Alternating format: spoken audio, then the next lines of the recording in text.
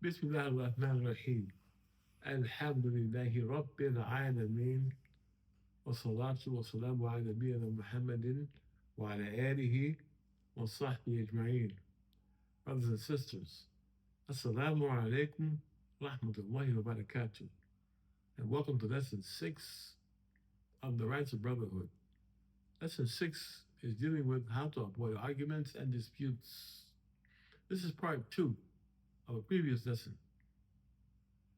Having disputes weakens love and long-term friendships and replaces them with beauty and hatred and aversion between people.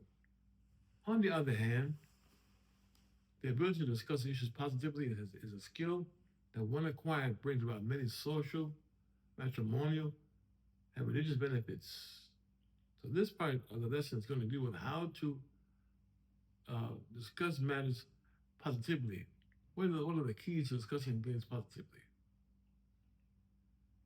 Allah created human beings with different intellectual abilities.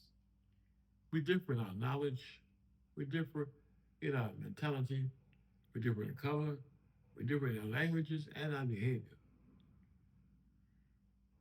Allah subhanahu wa ta'ala says in the Quran, أعوذ بالله من الشيطان الرجيم ومن آياته خلق السماوات والأرض واختلاف ألسنتكم وألوانكم إن في ذلك لآية للعالمين. And among his signs, the creation of the heavens and the earth, and the differences of your languages and your colors. Verily, in that are indeed signs for people of sound knowledge. So the Quran says that it was Allah subhanahu wa ta'ala who made the differences in colors. And Allah made differences in languages, and not human beings. And the Imam Masjid, may Allah have mercy on him, in so serious said about this verse, translation of which is, the people of clear understanding are the scholars of this religion, who understand how to reflect upon the signs of Allah. And the signs contained in these verses are many. From these signs is the creation of the heavens and the earth, and all they contain. This is an indication of Allah's magnificent sovereignty and complete power to bring all these created things into existence, as well as complete range of his wisdom, mercy, and kindness, and placing benefits in everything he created. Allah says, أَلَا يَعْلَمُ مَنْ خَلَقَ. Should not he know who created no? Meaning, without the one who possesses absolute mastery and precision as well as immeasurable knowledge of everything, not know what he created. So Allah has knowledge of what he created. Allah knows what he created. He created languages and people. First, he created people. He created their languages. He created their skin colors. Furthermore, it's through divine will that he has chosen to give all the subjects within his creation their specific characteristics and advantages. Therefore, he alone deserves to be worshipped in absolute monotheism, because Allah alone has the power to create. Therefore, he alone must be worshipped. Allah has brought to light intellectual evidence and commanded that thought be given to these issues so that correct observation can be extracted from them. So we see people of different complexions, or we say they're different races. We're not supposed to be angry with them for that. We're supposed to see in that Allah's creative ability, his rububiyyah, his ability to create all things. That's what we're supposed to extract from this, not fighting and protesting and name calling and stereotyping. That doesn't come from that. For example, there are many human languages, and in spite of the vast number of the human population, and in some cases the vast geographical differences between people, and the fact that all forms of spoken language come from the mouth, and all written languages have some form of alphabetical structure, as well as the fact that no two languages are identical in every way, Allah confirms that he brought them all into existence by divine will and choice. Among his signs are the differences of your languages and colors. Today we call that race. So the different racial makeups come from Allah subhanahu wa ta'ala. And no two human skin colors are identical. Some variation will be obvious. All this diversity shows Allah's magnificent power and the fulfillment of His will and His kindness and mercy for His worshippers, in that He has ordained their differences instead of similarity in everyone, which will lead to confusion and loss of many of the human noble purposes and requirements of human existence. What this states is that differences is a reality, not something which is haphazard. People are different in various things. Allah says, وَلَوْ شَاءَ رَبُّكَ لَجَعَلَ النَّاسَ أُمَّةً وَاحِدَةً وَلَا يَزَالُونَ مُخْتَلِفِينَ إِلَّا مَا رَحِمَ رَبُّكَ وَلِذَلِكَ خَلَقَهُم.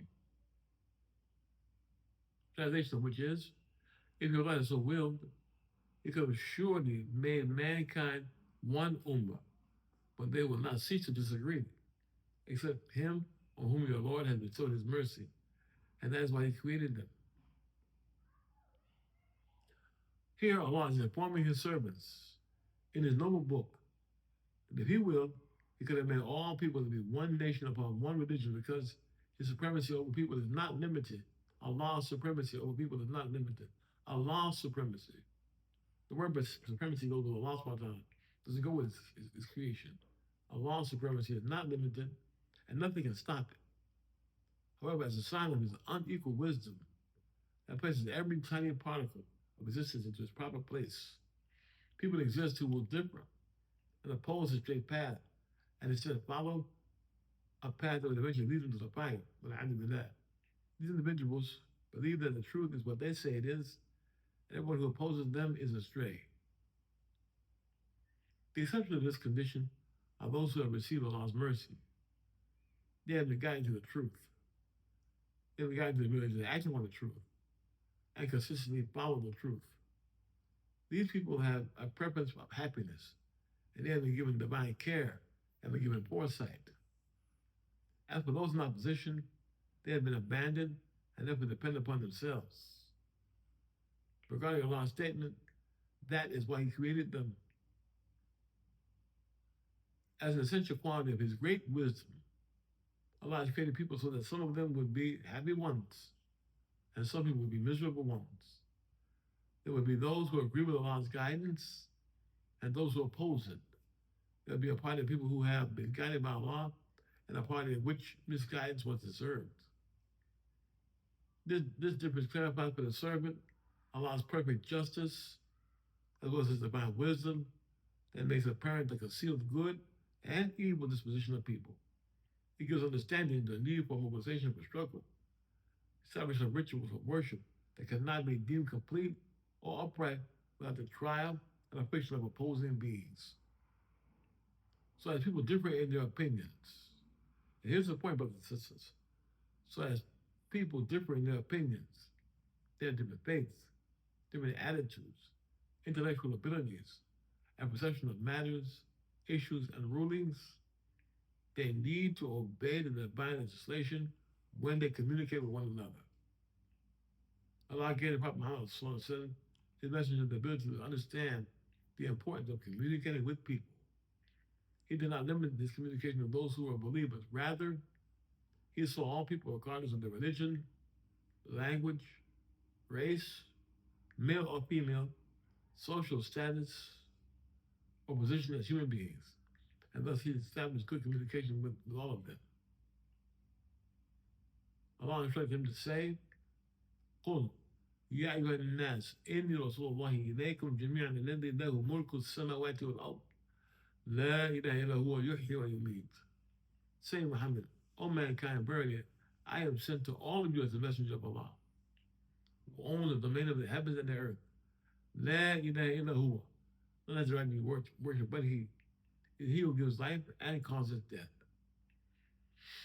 When the messenger of Allah propagated Islam to the recipients of the Torah, from the children of Israel, that they should follow Him, to avoid the assumption that the call was to them, restricted to them, Allah revealed in the text of the Qur'an revelation that explained the universality of His call, with the words that are translated to me, O Muhammad, verily, I am sent to all of you as the messenger of Allah. He was the messenger of Allah to everyone. The Prophet Muhammad was the messenger of Allah to everyone. Meaning he was sent as a messenger of Allah to the Arabs, to the non-Arabs, among you, well as the people of the book. He was sent to the Christians and the Jews, among you and all others, who own the dominion of the heavens and the earth. He administers the universal order of all the affairs of the heavens and the earth by way of his sovereignty. He rules over the religious affairs with his legislation, and includes sending a wonderful messenger to you to call you to Allah and to the abode of dignity, paradise, and to warn you about everything that will distance you from it. From those things contained in the abode of dignity, the testimony, the things found in paradise, the testimony, La ilaha illallah. There's no deity worthy of worship in truth except Allah, which literally means La ma'buda bihaqqin illallah wahdahu la sharika lah. There's absolutely none more rightfully deserving of the adoration, devotion, submission, or any other act of truthful and sincere worship except Allah, who is one who has no partner in the act of worshiping him. And worshiping Allah cannot be known except by the way he revealed it to his messengers. It is he who gives life and causes death. Meaning that among the affairs that Allah administers is that he gives the creatures life and causes them to die. And none of his creatures are his partners in any of these things. Also, he has made death the bridge to the everlasting home. So whether people are Arabs or non-Arabs, Muslims, Jews, Christians, or other faiths of Prophet Muhammad conveyed Allah's message, his divine message to them. And he sent examples by which could be brought to life and practice, with the end being people entering into Islam.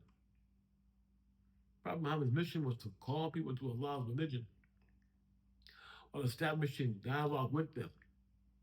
To accomplish this, he considered the emotional, mental, and age differences of individuals to communicate the message in the most effective way.